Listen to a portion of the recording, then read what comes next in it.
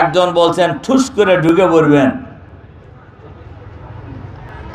আমি বলি আর কোনোদিন আপনি ঢুকতে পারবেন না।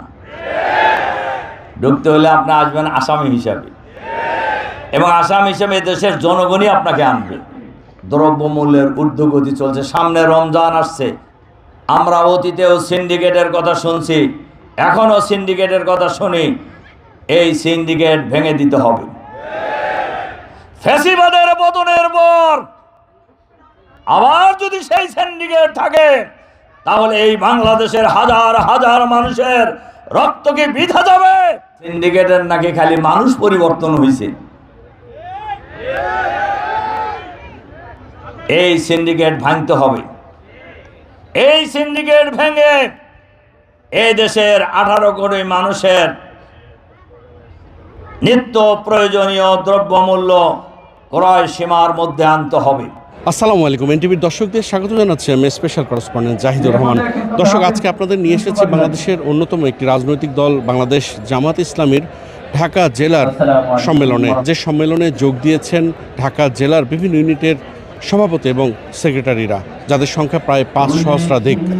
দর্শক, এই সমাবেশ থেকে অর্থাৎ এই সম্মেলন থেকে জামাত ইসলামের নেতৃবৃন্দ তাদের কর্মীদেরকে যে দিক নির্দেশনা দিচ্ছেন, তার মধ্যে রয়েছে আগামী নির্বাচনে তারা কিভাবে মানুষের কাছে যাবে, মানুষের হৃদয় জয় করে তাদের ভোটের পাল্লাকে ভারী করবে, এছাড়াও তাদের সংগঠনকে আরও কিভাবে সুসংগঠিত করবে সে বিষয়ে দিক নির্দেশনা দিচ্ছেন এখানকার নেতারা। আমরা কথা বলবো এখানকার নেতাদের সঙ্গে। আমরা জানতে চাইব 5 আগস্টের পর জনগণের মধ্যে যে আকাঙ্ক্ষা এবং প্রত্যাশা তৈরি হয়েছে সেটা পূরণে বাংলাদেশ জামাত ইসলামী কতটা প্রস্তুতি নিয়েছে। আপনারা আমাদের সঙ্গে থাকুন।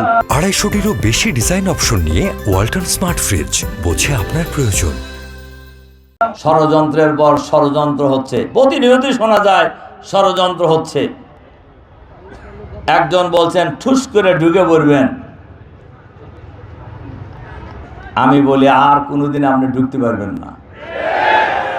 ঢুকতে হলে আপনি আসবেন আসামি হিসাবে, এবং আসামি হিসাবে দেশের জনগণই আপনাকে আনবে। আপনার আসতে হবে না, আপনাকে আনবে। কি বলেন, আপনারা চান না সেটা? এই দেশের মানুষ সবাই চায়।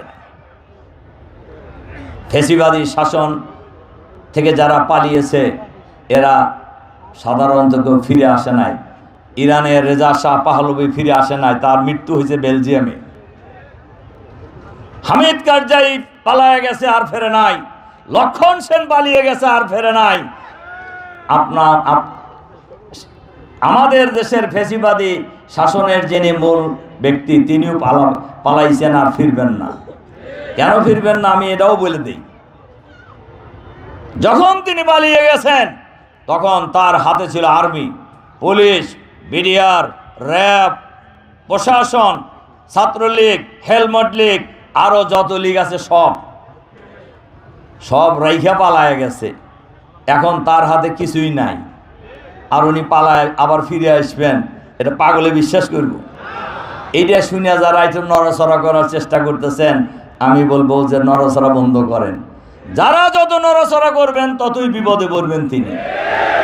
কারণ ফ্যাসিবাদী শাসন আর ফিরে আসবে না এই বাংলাদেশে, ইনশাআল্লাহ।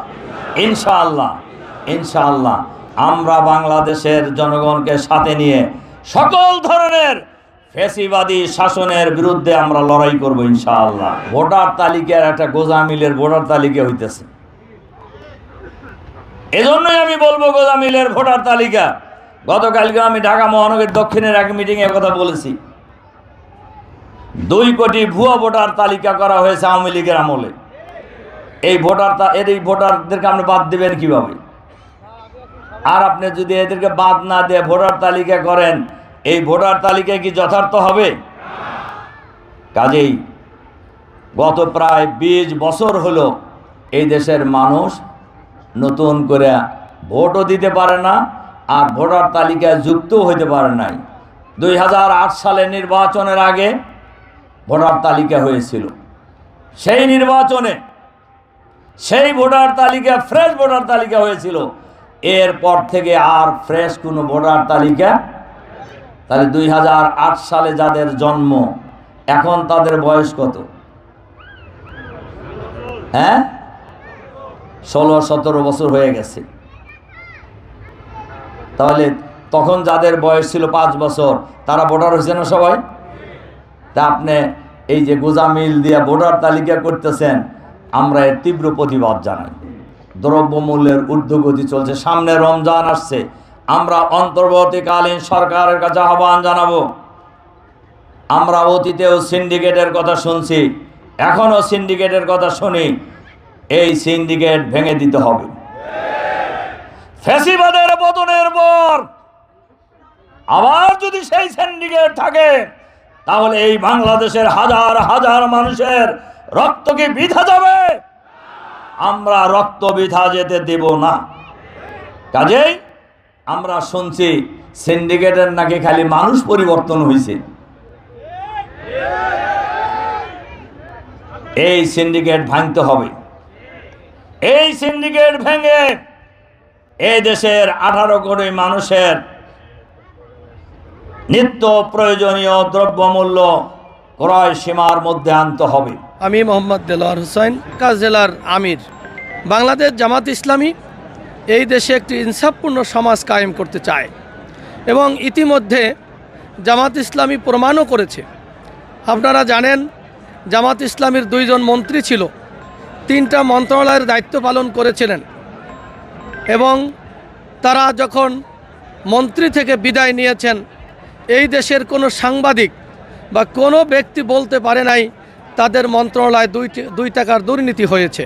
250-টিরও বেশি ডিজাইন অপশন নিয়ে ওয়ালটন স্মার্ট ফ্রিজ, বোঝে আপনার প্রয়োজন। সুতরাং জামাত ইসলামী তাদের যে লক্ষ্য, যে আল্লাহর আইন এবং সৎলোকের শাসন কায়েম করা, জামাত ইসলামী কিছু সৎলোক তৈরি করতে সক্ষম হয়েছে আলহামদুলিল্লাহ। তো যারা মন্ত্রী হিসেবে দায়িত্ব পালন করেছিলেন, তারা একেবারে দুর্নীতিমুক্ত সমাজ কায়েমের জন্য যেভাবে মাঠে ভূমিকা পালন করেছেন, তারা মন্ত্রণালয়ে দায়িত্ব পালন করতে গিয়েও তারা কোনো দুর্নীতি করেন নাই। এটার একটাই কারণ জামাত ইসলামী যেই আদর্শকে লালন করে, যে আদর্শকে বিশ্বাস করে তারা রাজনীতি করে, সে আদর্শটাই হলো যে আমার প্রত্যেকটা কাজ আল্লাহর দরবারে আমাকে জবাবদিহি করতে হবে।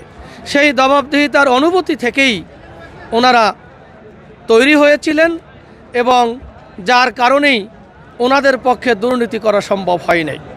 এখনও যারা এই সংগঠনের নেতৃত্ব দিচ্ছেন, মাঠে ময়দানে বর্তমান আমিরে জামাত ডাক্তার শফিকুর রহমান, কেন্দ্রীয় নেতৃবৃন্দ, তারা সারা দেশে সফর করছেন, জনগণকে বোঝানোর চেষ্টা করছেন যে জামাত ইসলামী একটি ইনসাফপূর্ণ সমাজ কায়েম করতে চায়। আমাদেরকে যদি এদেশের জনগণ সমর্থন করে, তাহলে জামাত ইসলামী দুর্নীতিমুক্ত, সন্ত্রাসমুক্ত এবং একটি ইনসাফপূর্ণ রাষ্ট্র কায়েমের মধ্য দিয়ে এই দেশকে যত ধরনের অন্যায়, জুলুম এবং যত ধরনের অবিচার রয়েছে সেগুলো দূর করতে চায়। আমরা সেই জায়গা থেকে বিশ্বাস করি জামাত ইসলামীকে দেশের জনগণ সমর্থন করবে। আর জামাত ইসলামী এখানে আসলেই জামাত ইসলামীর নেতা হওয়া যায় না। জামাত ইসলামীর এখানে দীর্ঘদিন কাজ করতে হয়, তাকে অনেক পড়াশোনা করতে হয়, কোরআন হাদিস জানতে হয়, দুনিয়ার জ্ঞান তাকে অর্জন করতে হয়। এরপরে আস্তে আস্তে ধাপে ধাপে জামাত ইসলামী বিভিন্ন পর্যায়ে তাদেরকে দায়িত্ব দিয়ে থাকে। এরকম একটি সংগঠন যারা সত্যিকার অর্থে একটি ইনসাফপূর্ণ সমাজ কায়েম করতে চায়, সেই সমাজ কায়েমের জন্য সকল জনগণকে আমরা উদারত আহ্বান জানাচ্ছি, তারা যাতে করে জামাত ইসলামকে সমর্থন করে এবং আমরা একটি ইনসাফপূর্ণ সমাজ কায়েম করতে পারি। মোহাম্মদ আফজাল হোসেন, বাংলাদেশ জামাত ইসলামী ঢাকা জেলার সেক্রেটারি। সম্মানিত সাংবাদিক ভাইয়েরা, আজকে বাংলাদেশ জামাত ইসলামীর ইউনিট সভাপতি, সেক্রেটারি, পুরুষ এবং মহিলা আলাদা আলাদা প্যান্ডেলে আমরা আয়োজন করেছি ঢাকা জেলার উদ্যোগে সাভারের ঐতিহ্যবাহী রেডিও কলোনি স্কুল অ্যান্ড কলেজের মাঠে। জামাত ইসলামী একটি কল্যাণকামী রাষ্ট্র প্রতিষ্ঠা করে চায়, আর কল্যাণকামী রাষ্ট্র প্রতিষ্ঠার জন্য এই মানুষকে উদ্বুদ্ধ করার জন্যই আমাদের তৃণমূল সংগঠন হচ্ছে ইউনিট। আর জামাত ইসলামীর মূল স্লোগান হচ্ছে আল্লাহর আইন চাই এবং সৎ লোকের শাসন চাই। আর আল্লাহর আইনের মধ্যে কোরআন এবং সুন্নাহর আলোকেই জামাত কাজ করতেছে। একটু ভুল বুঝাবুঝি আছে, মানুষ মনে করে জামাত বা ইসলাম দল ক্ষমতায় গেলে চুরি করে চোরের হাত কাটা হবে, মহিলাদেরকে পর্দার ভিতরে ঢুকে দেওয়া হবে, কিন্তু আমরা বিশ্বাস করি এটা ইসলামী কোনো আইনে নেই।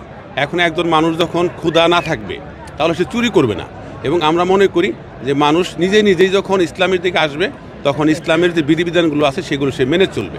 এইভাবে আমরা আল্লাহর আইন এই সমাজে কায়েম করছি। আর সৎ লোকের ক্ষেত্রে আমরা জামাতের সকল লোককেই, কারণ শুধু জামাত যারা করে তারা যদি ভোটের নির্বাচনে অংশগ্রহণ ভোট দেয় তাহলে আমাদের এই রাষ্ট্র ক্ষমতা, রাষ্ট্র পরিচালনার সুযোগ পাওয়া যাবে না। এই জন্য সাধারণ মানুষকে আমরা বোঝাচ্ছি যে জামাত ইসলামী একটি কল্যাণকামী রাষ্ট্র গড়তে চায়, এবং এই দেশে দারিদ্র থাকবে না, ক্ষুধা থাকবে না, নির্যাতন থাকবে না, জুলুম থাকবে না। এইভাবে জামাত ইসলামী আজকে কাজ করে যাচ্ছে, যারই অংশ হিসাবে আমরা আমাদের মাঠ পর্যায়ে, তৃণমূল পর্যায়ে যারা কাজ করে তাদেরকে আমরা সম্পৃক্ত করেছি। তাদেরকে আমরা মানুষের কাছে যাওয়ার জন্য, নতুন নতুন কর্মসূচি নিয়ে যাওয়ার জন্য আমরা তাদেরকে উদ্বুদ্ধ করতেছি। আমরা বিশ্বাস করি আমাদের এই সকল ঢাকা জেলার এই তৃণমূলের সংগঠন এখান থেকে উজ্জীবিত হয়ে তারা আগামী দিনের মাঠে ময়দানে যে ভূমিকা রাখবে, সামনের সকল ক্ষেত্রে আমাদের জামাত ইসলামীকে মানুষ সেইভাবে গ্রহণ করবে, এবং আমরা সেই প্রত্যাশা রাখছি। এবং আপনাদের মাধ্যমেও আমরা দেশ এবং জাতিকে উদাত্ত আহ্বান জানাচ্ছি, জামাত ইসলামী এদেশে একটা কল্যাণকামী রাষ্ট্র প্রতিষ্ঠা করে চায়, এই জন্য সকলকে সাথে নিয়ে করতে চায়। আসুন আমরা জামাতের সাথে সম্পৃক্ত হই, জামাতকে জানি এবং বুঝি, এবং সামনে আমরা জামাত ইসলামীকে সহযোগিতা করে রাষ্ট্র পরিচালনার দায়িত্ব দেই, এবং আমরা বিশ্বাস করি দেশের অসহায় নিরীহ মানুষ নির্যাতনের থেকে সুবিধা পাবে এবং তারা একটি কল্যাণকামী রাষ্ট্র পাবে। আমি ABM কামাল হোসাইন, আমার বাড়ি দোহার থানায়, আমি ঢাকা জেলার সহকারী সেক্রেটারি। এখানে একদিকে একটা প্যান্ডেলে আমাদের পুরুষ ভাইয়েরা আছে, অপরদিকে বোনেরা আছে। কাজে এদেরকে নিয়ে আমরা আমাদের সংগঠনকে আরও কীভাবে মজবুত করা যায়, আপামর জনতার কাছে আমাদের এই জামাত ইসলামের দাওয়াত পৌঁছানো যায়, মূলত এই টার্গেটকে সামনে রেখেই আজকের এই সম্মেলন। এই সম্মেলন সাফল্যমণ্ডিত হোক এই কামনা করছি, এবং আমরা যেন বাংলাদেশের প্রতিটি ঘরে ইসলামের দাওয়াত পৌঁছিয়ে দিয়ে আমরা এই দেশের একটি বাংলাদেশকে একটি কল্যাণ রাষ্ট্রে আমরা পরিণত করতে পারি, সে আশাবাদ ব্যক্ত করছি। আমি শাহাদাত হুসাইন। 250-টিরও বেশি ডিজাইন অপশন নিয়ে ওয়ালটন স্মার্ট ফ্রিজ, বোঝে আপনার প্রয়োজন। বাংলাদেশ জামাত ইসলামী ঢাকা জেলার সহকারী সেক্রেটারি। সারা দেশের মানুষ জানে বাংলাদেশ জামাত ইসলামী গোপন বৈঠক করে, এটা বিগত সরকার মানুষের কাছে তুলে ধরছে যে জামাত ইসলামী শুধু গোপন বৈঠক করে, গোপন বৈঠকে তারা অনেক অন্যায় কাজ করে, এগুলোই শেখানো হয়। আমরা জাতির সামনে তুলে ধরতে চাই যে আসলে জামাত ইসলামী কোনো অন্যায় কাজ করে না, যে কারণে খোলা মাঠে আমাদের একেবারেই স্বচ্ছতার সাথে আমাদের আজকের এই ইউনিট সভাপতি সেক্রেটারি সম্মেলন হচ্ছে। সে সম্মেলন থেকে এটাই প্রমাণ করতে চাই আমরা, জামাত ইসলাম কোনো গোপন সংগঠন নয়, গোপনও কোনো কাজ করে না, গোপন কোনো বৈঠক করে না। এদের উদ্দেশ্য হচ্ছে মানুষকে কোরআনের সাথে, কোরআন দিয়ে মানুষের কোরআন এবং রাসূলের আদর্শ অনুযায়ী একজন মানুষ যদি গড়ে উঠতে পারে তাহলে তার দ্বারা কোনো অন্যায় হবে না, কোনো অবিচার হবে না, সমাজে শান্তি থাকবে, এবং সমাজের সকল যারা জুলুমবাজ নেতা আছে, নেতৃত্ব আছে, তাদের পর্যন্ত আমাদের দাওয়াত পৌঁছে দিই, তারাও এক সময় এই কোরআনের আলোয় আলোকিত হবে, কোরআনের ছায়াতলে এখানে আসবে। আমরা সেই লক্ষ্যকে সামনে রেখেই আজকের এই কর্মী ইউনিট সভাপতি সেক্রেটারি সম্মেলন। আমি মোহাম্মদ আব্দুল কাদের, বাংলাদেশ জামাত ইসলামী ঢাকা জেলার মজলিসুর শুরার সদস্য এবং সাভার থানা আমির। আজকের এই কর্মী ইউনিট দায়িত্বশীলদের নিয়ে সম্মেলনে এখানে উৎসাহ উদ্দীপনার মধ্য দিয়ে আমাদের আজকে সম্মেলন বাস্তবায়িত হচ্ছে। আলহামদুলিল্লাহ, দীর্ঘদিনের পর আমরা এরকম প্রকাশ্য ময়দানে এই গুরুত্বপূর্ণ প্রোগ্রামটা করতে পারছি, শুকরিয়া। দেশবাসীকেও আমরা অনুরোধ করব আমাদের ইউনিট দায়িত্বশীলদের সম্মেলনের মাধ্যমে আমাদের দাওয়াতি কাজে সম্প্রসারণ করবে। আপনারা এই দাওয়াতি কাজের সাথে সংযুক্ত হবেন আগামী দিনে আমাদের বাংলাদেশকে সুন্দরভাবে তৈরি করার জন্য, ইসলাম ইনসাফ ভিত্তিক রাষ্ট্র কায়েম করার জন্য জামাত ইসলামের পতাকাতে লক্ষ্যবদ্ধ হয়ে আমরা ভূমিকা পালন করবো। আমাদের দেশকে আমরা আবার সুখী শান্তি সমৃদ্ধ দেশ করে তুলব, এই প্রত্যাশাই। আসসালাম। আমি মোহাম্মদ হাসান মাহবুব মাস্টার, জেলা রাজনৈতিক বিভাগীয় সেক্রেটারি, জামাত ইসলামী ঢাকা জেলা কর্তৃক আয়োজিত আজকের ইউনিট সভাপতি, সভানেত্রী এবং সেক্রেটারিদের নিয়ে কর্মী সম্মেলন আমরা শুরুতেই ভালোভাবে শুরু করতে পেরেছি। এই জন্য মহান আল্লাহ রাব্বুল আলামিনের দরবারে শুকরিয়া আদায় করছি যে আমরা কর্মী সম্মেলনটা সুন্দর এবং সুন্দরভাবে সুষ্ঠুভাবে শুরুটা করতে পেরেছি। আমরা আশা করি এটা শেষ পর্যন্ত একটা সুন্দর একটা পরিবেশের মাধ্যমে কর্মী সম্মেলন সার্থক হবে।